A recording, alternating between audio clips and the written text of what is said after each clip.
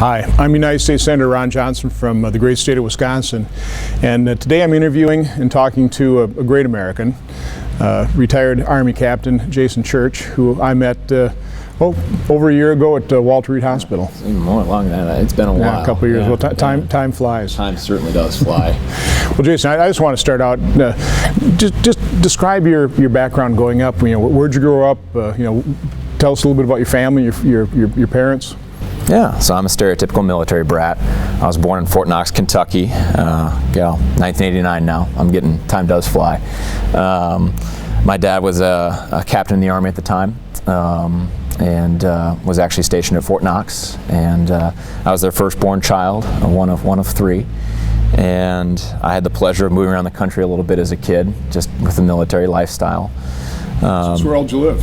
So I lived in Indiana, lived in California, lived in Wisconsin once prior to moving somewhere else, and then finally settled in Wisconsin about third grade. Okay. I ended up settling here. So a lot of moving around, a lot of things that just come with that type of lifestyle. My dad was in the first Gulf War when I was 3 years old, so he was over in Saudi Arabia when Saddam invaded Kuwait.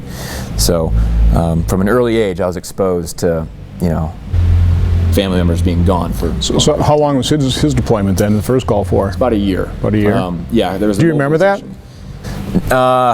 No, I mean, yeah, it's one of those things. I look at pictures now and I can see. Okay, yeah, I mean, in like the little kid version of the desert uniform, waving a flag and saying, my dad's in Saudi or something. I think that's probably one of the few words I could say. Do you remember him coming home at all? No, actually, I don't. I wish. I mean, I look now at old family photo albums and I see that. So it's one of those things that I guess I can look back on that now and look at it, but I really didn't remember his time over there. Mm-hmm. Although as I got older, he explained to me a lot of things that happened over there and helped prepare me for things that I would deal with eventually. But it was hard. It was hard on my family. He was gone for a little bit of time there. So, and especially the unexpected way that all went down to begin with. So again, you moved to Wisconsin then in third grade, so then you had a pretty stable life in a community? Yeah, so my dad went into the Army Reserves for a while and started working for Walmart distribution out of Menominee, Wisconsin. And that's where I went to elementary school, middle school, and high school. And actually, even during high school, my dad was mobilized again, although it was stateside. He was down at Fort Huachuca, Arizona as a commander for a certain period of time, actually about a year. And so, I'd always, no matter what, even though he was in the reserves, there's always something going on military related, whether it was. So why was he mobilized?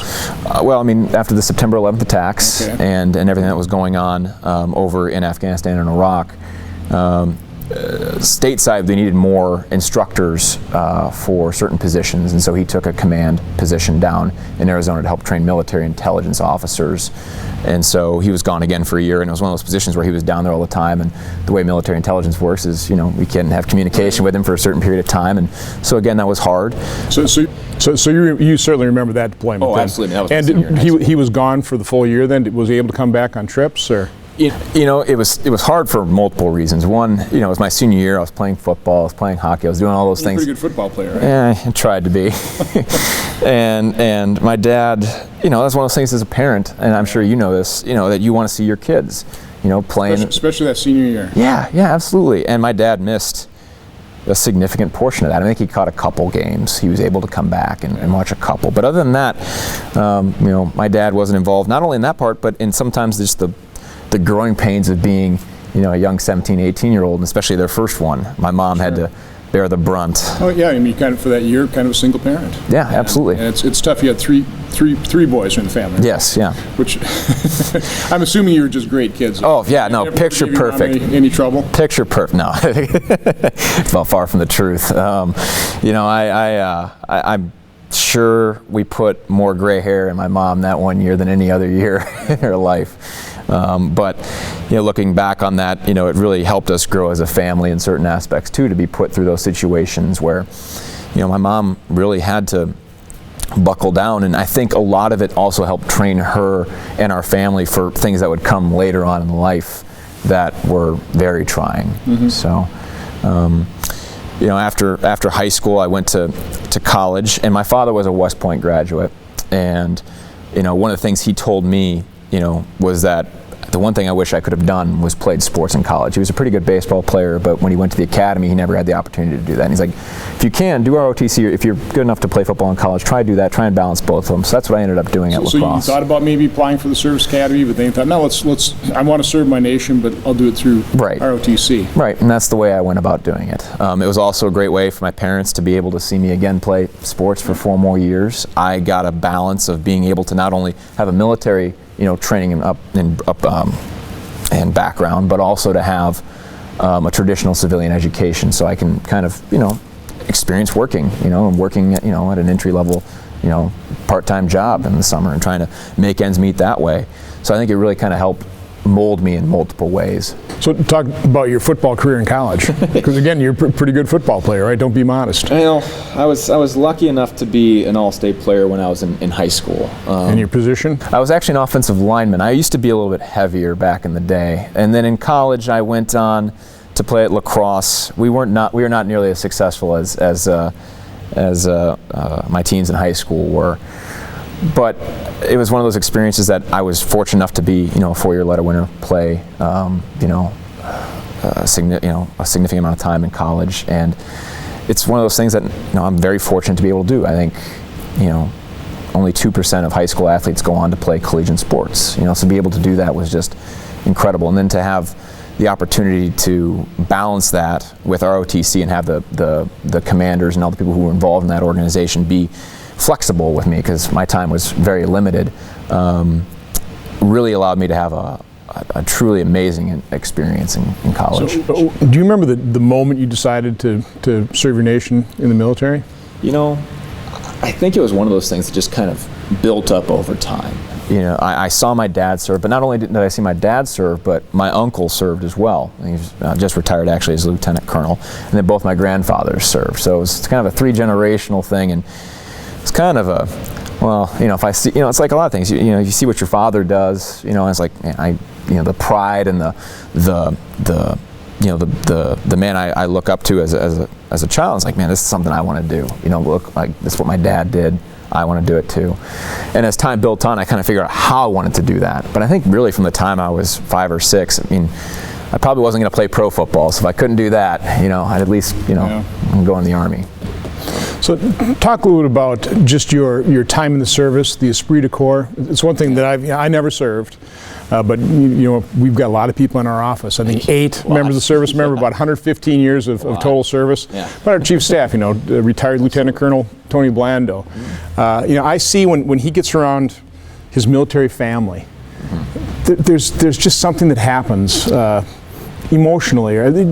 Describe that to us. Yeah. It's one of those things that is very unique, and I think it's also very unique to our service in the United States. One of the things that I've been able to do going to other countries in a facility of an officer, you see kind of the other types of militaries, and sometimes you don't see that, but in ours, they make it hard. Anytime you're put in a hard situation, whether it's training, whether it's combat, you're gonna build this esprit de corps, and I think our military has done a tremendous job of, no matter what the training environment is, they make it incredibly difficult to push you to your limits. And what that does is it creates bonds. And if I've never even met someone, let's just say I'm meeting a veteran for the first time, but I know that where they've come from and their background and what they've done, I know they've experienced the same things I've experienced. And just initially there, without even having a long extended conversation, I know that there's a bond there between us. And I think that's why that bond is prevalent throughout all of our society amongst all the veterans and military members, no matter what age group too. If I'm talking to Vietnam veterans, if I'm talking to Gulf War veterans or veterans of the current conflicts, it's around the board. A Vietnam vet's going to act like I'm his buddy from back in the late 1960s, early 70s, even though I'm about 40 years his younger. So I think for those of us that didn't serve, one of the things that always doesn't necessarily surprise me, but how many veterans say, this is the best time of my life? Would you agree with that?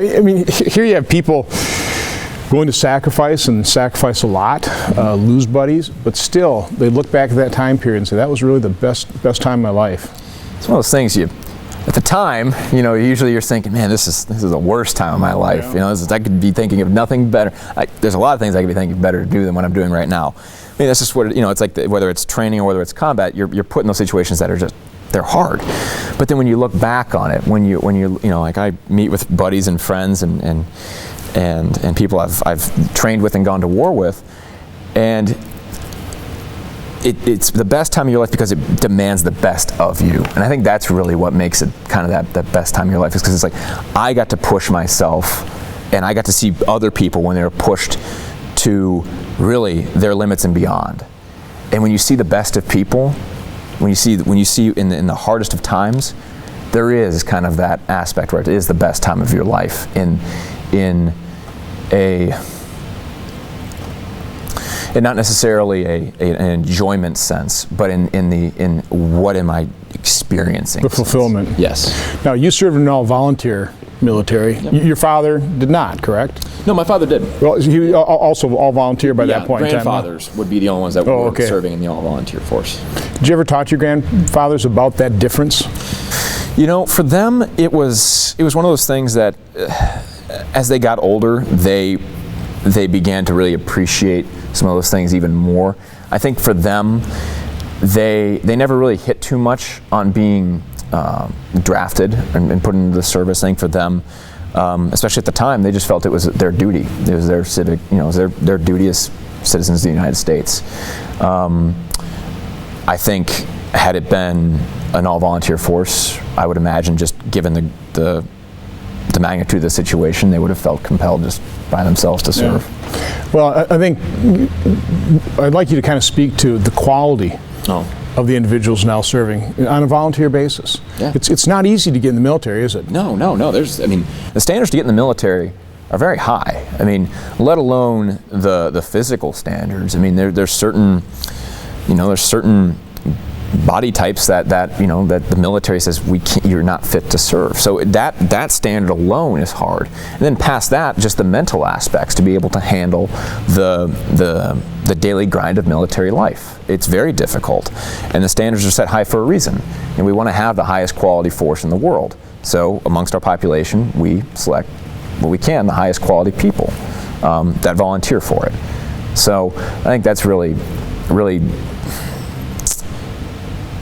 I think it's really important, one, because it creates the highest quality fighting force you can have, and two, it brings the best of our society out, and I think that's really what's great about it. So tell me a little bit about decisions you made as you're going through ROTC, where you wanted to focus, what you wanted to specialize in, and then you transition out ROTC to active duty. Absolutely. During ROTC, it's a growing process. You're being trained not only in military tactics and things like that, but you're also being trained how to be a leader. There's no better, in my opinion, no better leadership academy than being in the United States military, especially as an officer, a non-commissioned officer. You're really taught, how to lead in some very horrible conditions. And as I was going through that process, I realized the one thing that I wanted to do was be, I guess in a way, in the worst of it. I wanted to be in the combat arms branch. I wanted to be an infantry officer. I wanted to push myself not only physically and mentally, but also as a leader. And I felt that being in a situation where I knew lives were on the line, I knew that we were going to be engaging the enemy face to face, I felt that would bring the best out of me. And I felt that I wanted to give that back to a country that has given me so much. So that's kind of what drove me down the path of being an infantry officer. Nothing against any of the other branches, but that was what drove me in that capacity. We'll get into what all happened, but do you ever regret the decision? No, quite frankly. It's one of those things that I look back on, and it has taught me so much that I'd feel like I'd be losing so much if I were able to go back and change that. So you went into infantry, you did it because you wanted to lead the finest among us. So now talk about what all happened. Yeah. Well, after I went down and it's kind of crazy. My timeline from the time I graduated and raised my right hand and took the oath of office, a year later I was in Afghanistan, leading. That's a quick turnaround. And you were how old? 23. 23. Was I 23? No, I think I was 22. 22. Yeah, I forget now. and you were leading. What was the size of your? 40 men. 40 men. Yep. That's why I said there's really no better, leadership academy than the United States military. You're going to go from being in a college kid to now I'm leading 40-man combat. I mean, if and they wouldn't stick you there if they didn't think you could do it either. So, tell me about those 40.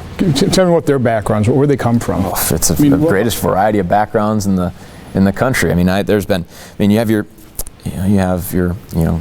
kid who grew up in Mississippi, who's an 18, 19-year-old minesweeper, who has the most dangerous. Funny. Yeah, talks different than I do, but has the most dangerous job in the world. He's walking in front of us sweeping mines. He makes one mistake, but he's 18, 19 years old with that level of responsibility. There's I have one of our medics. Actually, one of our medics was from Southern California. Another one was actually born in Korea. Actually had a bachelor's and was in pre-med and was getting the same thing in Arizona, but wanted to become a U.S. citizen and go on to medical school. So he enlisted and became a medic in the United States Army. That's the kind of that person.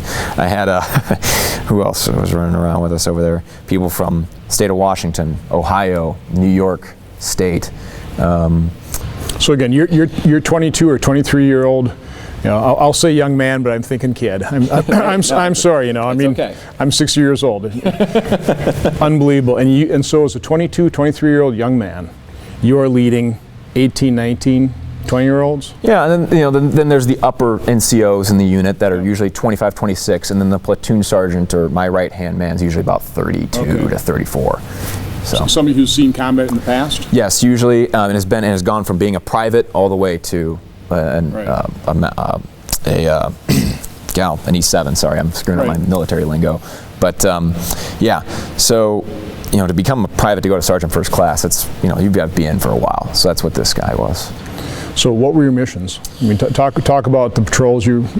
It was tough. I mean, going over there, especially in counterinsurgency operations, it's a lot different as a warfighter. Quite frankly, you're not doing the roles that you were traditionally taught to do in the military. So it's like go and assault, take that hill. Right. You're trying to engage the local population. You're trying to prove to them that what we're doing is, one, important, and two, the right side of the conflict. What part of Afghanistan? So I was in Kandahar province in Panjwai district. So it was actually the birthplace of the Taliban.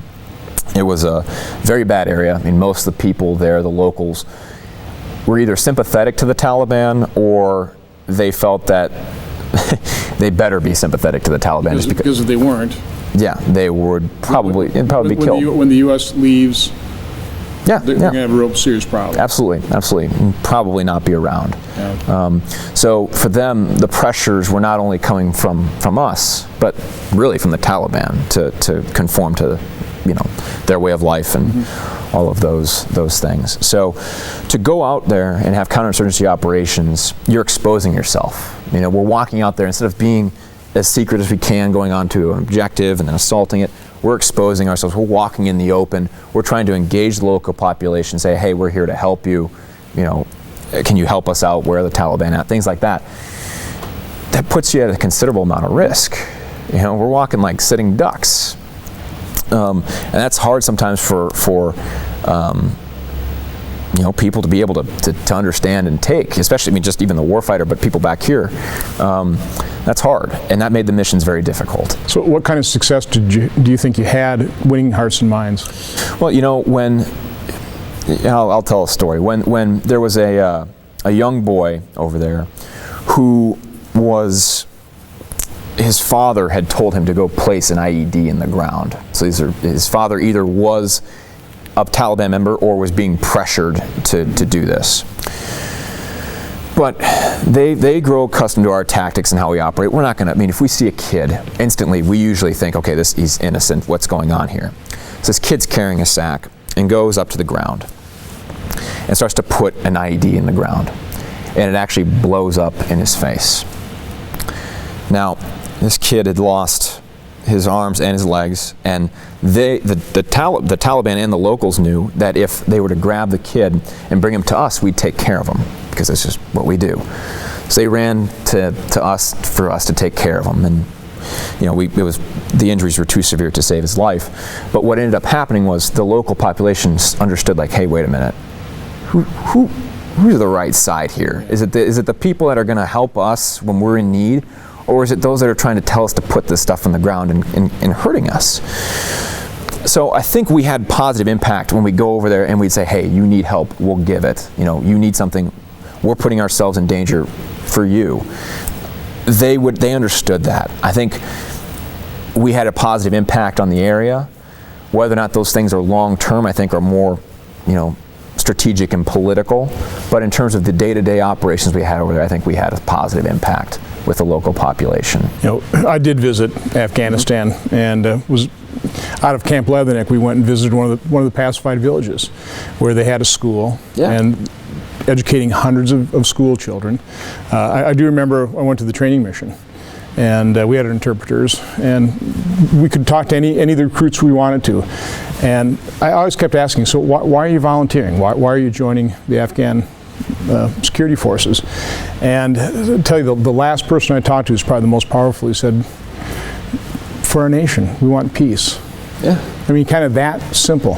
They want peace. So I would imagine you experience something similar. Absolutely. I mean, this country's been at war for, I mean, since the Soviets went in there. I mean, it's been a long time, and you know, the people there, it's tribal, it's hard. There's a lot of issues that go on over there, but I do think that there is a strong sentiment among the people that they want peace here, and I think that it's been hard with the way the Taliban's operated over there, and that's just, you know, and it's a tough situation. I do think that there are people there, though, that truly do want to have an Afghan unified nation. So how long were you in Afghanistan? I was only in Afghanistan for about 6-7 months. Okay, and then would have been longer. And why? So why don't you describe what kind of cut your deployment short? Absolutely. So one day we had gathered intelligence that the enemy was moving homemade explosives through our area of operation. Basically, this explosive is kind of the same thing that Timothy McVeigh used in the Oklahoma City bombing. They would take a fertilizer, dry it out, and take the nitrates from it, and then put that into usually some sort of drum, put det cord into it, and that's how you make an IED. We had gotten intelligence they were moving this through our area. And so we were going to set up an outpost to watch over and make sure that when this comes through, we're going to interdict it. As we were going into this village to set up this outpost, you know, a few red flags are kind of starting to pop up. I'm walking in, you know, and after you've been in country for a while, you start to kind of develop a sixth sense for when something just isn't right. In this circumstance, something wasn't right. There was no kids playing in the streets. There was rock formations off in the distance, which usually dictated by the Taliban, like this is an area we're trying to set something up. And I was like, okay, we're stopping the unit. We're not going any further. So I radioed back to my commander. I said, sir, you know, we're not pushing. I see too many things going on here. And one of my soldiers steps on an IED. And luckily, it malfunctioned. It actually kind of looked like a Roman candle tipped on its side. But what that indicated to me was that the route we came in on, our minesweepers and our technology here isn't picking it up. And that doesn't necessarily mean that the technology was bad. It's just they're getting very good at creating low signature devices. So I said, okay, we're gonna have to change our course out of here. And I saw a grape wall probably about 5 feet tall. And my old football frame, I was like, you know what, we could just knock this old mud wall over, we'll go over these grape rows and live a safer route out. It looked like there was a farmer that was tending to his crops there. It's unlikely they would plant a device in there. So I was in the process of knocking this wall over that I take a step back and all of a sudden my world just goes completely dark. As I came to, the dust is in the air, it's just going around, my ears are ringing, I can't hear anything. And as I turned to my back and I looked down, I actually realized the legs I'd stood on for 23 years were no longer there.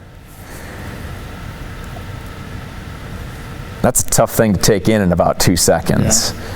Yeah. But with the training and everything else like that, I was like, all right, well, I got to put my tourniquet on here. So I'm trying to grab my tourniquet from up here, but I actually have shrapnel damage in my arm, and I don't know it because this is where the pain is. Or the pain was starting to, it wasn't quite painful yet. It felt kind of numb, but I didn't feel anything here, even though I had shrapnel in my arm. So I'm trying to grab this and my hand isn't functioning.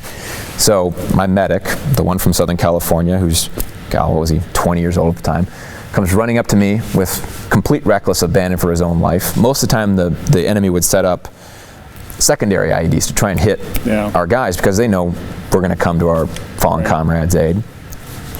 Comes running up to me, slaps 2 tourniquets on to stop me from bleeding to death right there. And, you know, quite frankly, right in that moment, saved my life. But there was still even more to this. They had to get me from the point where I was injured to a helicopter to get me evac'd out of there. And there was a threat of an ambush at the time. So we had to set up a cordoned area. We had been some bad firefights a couple days before. So it was like, you know, we could be in a bad situation here. Luckily, they were able to cordon off the area very quickly. And they had to carry me because our Skedco, I was too bloody and it's an improvised litter device. I was too bloody and sandy and all that stuff to be able to sit on it. So they carried me, put me up on it. I kept sliding off, so they just hand carried me over the top of 10 grape rows. From the point of injury, you know, I had an old friend of mine who's a football player at Louisville, carried me all the way over to the helicopter and got me out of there within an hour and quite frankly saved my life. So then you're transported to where? Yeah, so from there to Kandahar Airfield, which is the initial hospital. They'll go in, they're just trying to do initial surgeries to try and stabilize you enough to try and get you back to Bagram and then to Landstuhl, Germany. And if they feel like you're stable from there, they'll ship you back to the United States. And luckily for me, they were able to stabilize me. I'd lost a lot of blood, and they had to actually, one of the things, just because it's hard to get blood over there, there's usually, if you can, when you're on base, you give blood while you're there. So if something were to happen, you know, you can do it. So I actually had what they call buddy blood in me as I was going from Afghanistan to Landstuhl. So with yourself and your 40, those 40 of the finest among us under your command, were you the only casualty? No.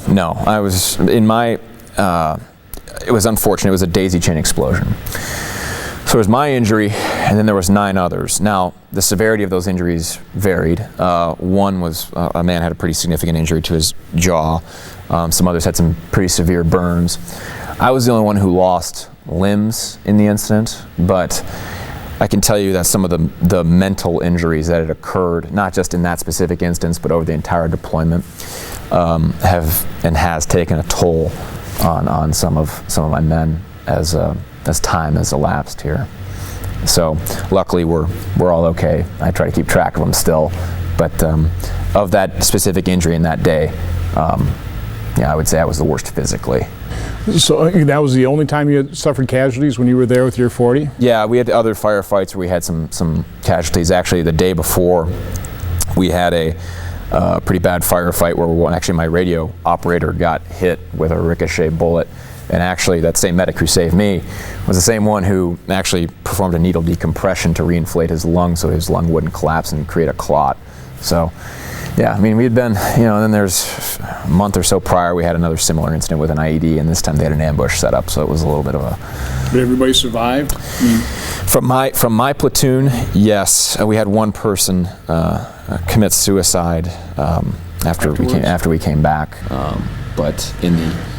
So we hear, you know, PTSD and traumatic brain injuries from the explosions, but it's also just from what they see, right? I mean, are those suffering from PTSD, are they all explosions, or is it also just the experience itself? It could be the experience itself. You know, I'm not by any means an expert on it. I'm lucky I don't suffer from that, but I think it's honestly a personal thing in what you experience. Sometimes it's harder for people actually to survive incidents because you feel guilt, and sometimes that builds upon it. Actually, we'll get into this story later, but that was one of the things I wanted to make sure none of my men ever felt with me, was a sense of guilt by keeping me alive. But sometimes that can be horrifying. Actually, in the specific instance of the individual who unfortunately took his own life, it was the problem of not being there with us when we were experiencing all of this. He had been injured earlier in the deployment, and he was held back. And while we were experiencing all this, he felt an incredible sense of guilt. So it's very real, and you know, it doesn't always just stem from a traumatic brain injury. So how long did it take for you to All of a sudden, you've got prosthetic legs and your blades. I mean, what was your rehabilitation time? So I went from the injury in August 23rd of 2012 back to Walter Reed, and me being the stubborn human being I am, I wanted to be able to stand when my dad presented me with a Purple Heart. So my dad, we talked about earlier, was a colonel in the Army, and most of the time you can have, some high-ranking general or, someone around there to present you with a Purple Heart. But my dad asked me, like, can I be the one who does it? I'm going to tell my dad no. So I said, all right, well, if we're going to do it, though, I'd like to do it. We go back to Wisconsin. We go to La Crosse, where I played football and all those years and did our OTC, and we do it at a ceremony there. But I wasn't going to take it sitting down. If I could stand up, I wanted to stand up. So my doctors were having a fit with me because, 2.5 months after I was injured and lost my legs, I wanted to stand up and get my, the Purple Heart. And, and I look back on that moment, in front of the crowd there, in front of all the people, and being able to receive that from my father. As horrible as the circumstances were, receiving it is still one of the most proud moments of my life, was being able to do that. So practice as well. He told me it was the one award he never wanted to give me. So I met you how many months afterwards? So you met me, man, I would say a couple months after that, because so you were still in Walter Reed. Right. So I was still doing a lot of rehab. I mean, my life. And I was still on a lot of drugs at that point in time, where I was not able. I was sleeping a lot. I still wasn't functioning at a normal capacity. And as time elapsed, I got more involved with other things going on.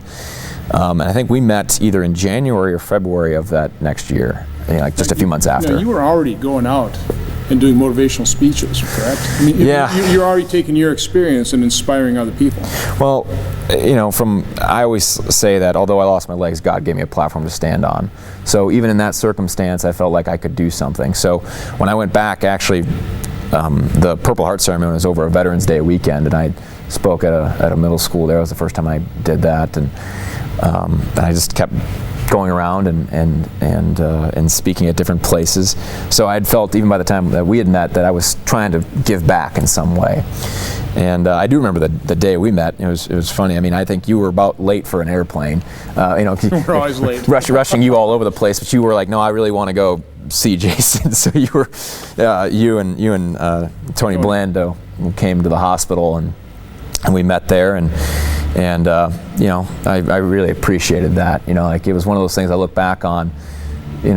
Some people, a person in your position, could do something for simply a gain if they wanted to, but yours was truly, it was in a corner room. You just wanted to see me. You wanted to see me as a constituent of Wisconsin. And I really appreciated that, and that really made an impact on me personally. Well, what you folks do makes an impact, inspires, and I'm just in awe. Right. I'm in awe. I know, but really, it made a real impact on me, because at Walter Reed you see so many people and celebrities and whatnot going through, and sometimes it's for good reasons, and sometimes it's for, I don't know. But with you, I felt like, I really appreciate that. I'll never forget the day that Tony said, "Hey, look at this video." You know what I'm talking about now? Yeah. You just gotten your blades, and the video, it starts playing, and it just looks like this. I didn't know what it was. I guess it was an indoor track. Yeah. All of a sudden, you come whipping around, your first day on your blades, and running. Yeah. Can you run fast with those? Sometimes. I wasn't all that great of a runner to begin with. Maybe I do run faster now. That comes back to my days as an athlete, where it was like, if I could just kind of get on there again, I could start doing it. And I was able to actually run the same day I put them on for the first time. There is some shrinking that goes on as you're running, so you kind of have to watch, like put socks on basically, because there's atrophy and it pushes the blood out. But if that's not a problem, I can run for a considerable amount of time. And in fact, because I was an old hockey player too, they made me skating blades now, where I can actually put on a pair of skates like this, and I can skate on the ice. Now, luckily for me, I'd played hockey for 18 years, so I still have the muscle memory. Oh, okay. But I can skate around. I can coach again. I'd like to coach at some point again. So, it's been amazing. The technology is truly incredible. So now talk about what you've been doing since you left our office, and you keep speaking, and I mean, just tell us what you're doing. Right. So, you know, I mean, I after I got done at Washington, I had about enough being in Washington. I came back to Wisconsin. I'm sympathetic. I came back. It's a beautiful city. It's a beautiful city. We'll leave it at that. Yeah. It's a beautiful city. I came back here. You know, I wanted to come back, and I decided to go to law school here. You know, if I couldn't get into doing the profession I wanted to do in the military, I wanted to pursue it in another means. So I'm doing that. I do some stuff, you know, for the office, sometimes some veteran outreach and some things like that. So I really enjoy that. I think that's actually one of the things I look forward to most, is usually traveling to different places and on your behalf and meeting people throughout the state. You know, I'm doing that. What else am I doing? I still speak. I actually spoke to a congregation in Iowa last week. So I'm staying busy. There's by no means has my injury slowed me down. I still keep pushing and you know, trying to make the most of what you know, I've been actually blessed with, which is. So what do you want to do the rest of your life?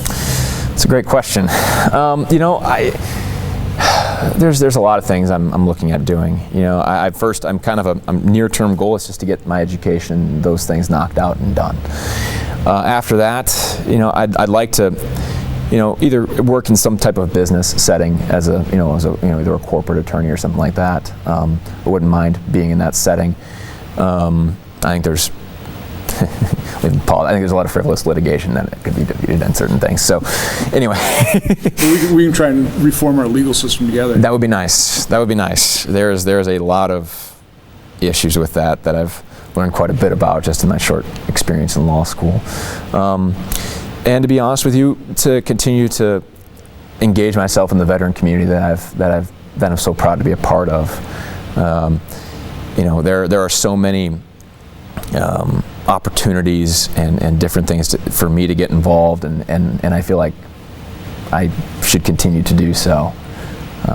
What about your brothers, the rest of your family? You know, my younger brother is in ROTC, so he's probably going to go down the same path as myself, my father, my uncle, my two grandfathers, and serve our country. My middle brother is doing some stuff in communications and things like that. My father just recently retired from the military in the reserves as a colonel, and my uncle recently retired. So the only one still sticking around is my younger brother right now. So you know, they're staying busy. I think my dad just moved out actually to Wyoming for a promotion and a job. So yeah, going all right. I'll tell you what, Jason, I appreciate you just spending this time and sharing your story with us. And I'll tell you, my life has been enriched because I've met you. Well, so I'm sure there are a lot of other people who can say the same thing. So thank you for your service. Thank you for your sacrifice. Thanks for just being a great American. Thank you very much, Senator. I appreciate it.